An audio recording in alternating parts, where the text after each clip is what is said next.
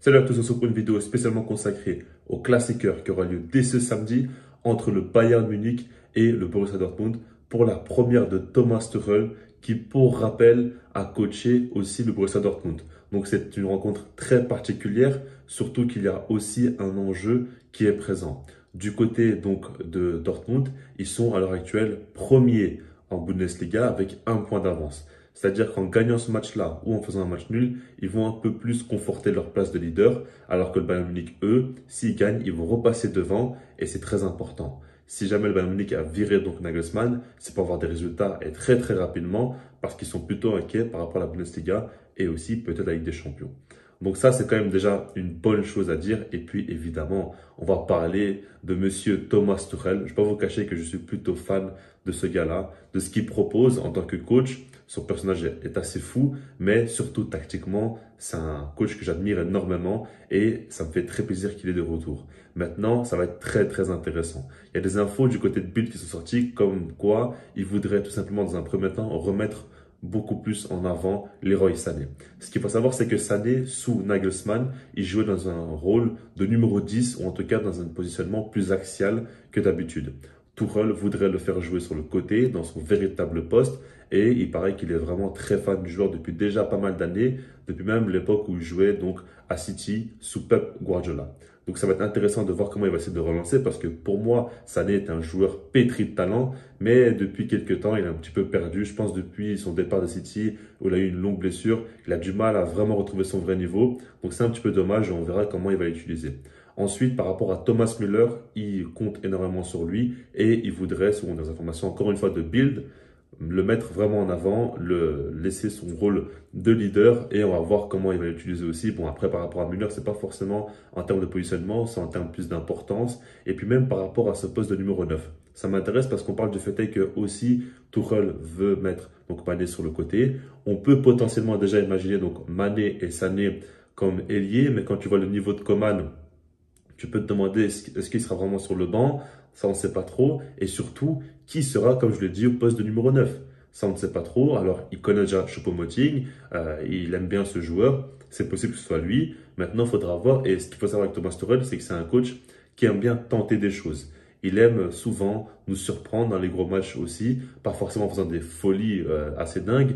Mais ça ne m'étonnerait pas qui ne joue pas de la même manière en Bundesliga qu'en Ligue des Champions. Parce que justement, c'est un avant-goût très important pour la rencontre qui aura lieu entre Manchester City et le Bayern Munich. En Ligue des Champions, ça sera 10 jours après le Klassiker.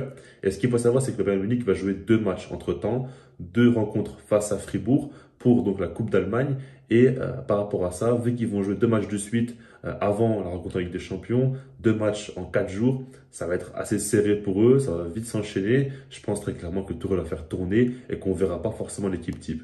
Alors que pour le Klassiker à fort enjeu, là, on risque de voir certainement l'équipe type ou en tout cas quelque chose qui s'en rapproche très fortement. C'est donc vraiment l'occasion de voir comment Tuchel va donc s'y prendre avec le Bayern Munich et je me pose plein de questions. Est-ce qu'il va jouer avec une défense à 3, avec une défense à 4? Est-ce qu'il va mettre Cancelo et Davies sur le terrain? Est-ce qu'il va mettre Coman, va mettre Sané, va mettre Mané? Il y a tellement de questions à se poser et même par rapport à Kimmich aussi, ça m'intéresse fortement. Comment il va l'utiliser? Est-ce qu'il va se contenter de mettre dans un rôle assez simple ou il va tenter un petit coup tactique? C'est possible avec lui. Je pense que vu qu'il arrive comme ça, même pas à la mi-saison, bien après, donc on se rapproche des grosses échéances, il n'a pas forcément le temps de tenter grand-chose. Donc peut-être que pour l'instant, il va rester dans une manière assez classique de jouer, mais je suis persuadé qu'il va venir avec des idées de jeu très offensives, avec un gros pressing, beaucoup d'intensité. Et puis je me dis que par rapport à ces classiqueurs, il y aura une ambiance de feu avec le nouveau coach, avec l'enjeu. Je pense très clairement qu'on n'est pas prêt pour ce match-là. Surtout que cette saison, je trouve que à l'Allianz Arena, il y a quand même une très grosse ambiance. J'ai l'impression que c'est plus que d'habitude. Alors, je ne sais pas si c'est moi qui me trompe ou pas, mais en tout cas, c'est l'impression que j'ai. Maintenant, du côté de Dortmund, attention, parce qu'ils peuvent faire une très grosse saison, eux aussi. Déjà, ils pourraient gagner la Bundesliga. On est bientôt au mois d'avril. Pour l'instant, ils sont encore premiers. Et même dans le cas où ils perdent, ils seront plus qu'à 2 points.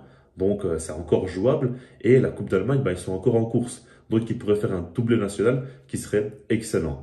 Rappelez-vous, j'avais fait une vidéo lors du début de saison, j'avais parlé de Dortmund et j'avais dit que selon moi, ça peut être une bonne saison pour eux. Parce que défensivement, on les sent beaucoup plus solides qu'avant. On l'avait vu avec des champions face à Manchester City, assez tôt en phase de poule. que honnêtement, ça a changé. C'est une équipe qui n'est pas simplement forte offensivement, mais qui défensivement a beaucoup plus de force. Avec notamment les recrues de Soule et aussi Schlotterbeck, qui apportent énormément de solidité et de calme derrière. Kobel qui continue à monter en puissance dans les cages. Donc c'est vraiment intéressant. Milieu de terrain, Bellingham, bon, on l'a vu encore une fois pendant la trêve avec l'Angleterre. Ce gars-là est juste monstrueux et beaucoup trop fort. Donc voilà, ils ont quand même des armes. Et puis offensivement, Marco Reus est revenu. Haller aussi est revenu. Il y a le seul problème, c'est par rapport à Brandt, qui lui est blessé. Mais c'est une équipe vraiment intéressante, qui est beaucoup plus compétitive, je trouve, que lors des dernières années. C'est un petit peu moins spectaculaire, même si dans les matchs, ils l'ont remporté 6-1, faut pas l'oublier. Mais voilà, c'est un peu moins de buts, etc. Mais c'est quand même beaucoup plus compétitif, comme je l'ai dit, et peut-être beaucoup plus sérieux. Donc ça va être vraiment intéressant à suivre parce qu'ils peuvent donc rater vraiment leur fin de saison et ça peut être pas dramatique, mais en tout cas problématique pour eux parce qu'ils gagneront peut-être rien cette saison, mais ils peuvent encore gagner 2 titres aussi. Donc on verra comment ça va se décanter. Et puis ce que j'aimerais dire, c'est par rapport au pronostic de ce match-là. Très clairement, je vois le Bayern Munich gagner, je le sens très bien. Je pense que Tuchel va réussir à dynamiser le groupe. En fait, il y a tellement de qualité, il y a tellement de bons joueurs. Je trouve que collectivement, c'est quand même des gars où tactiquement, la plupart, ils sont très intelligents.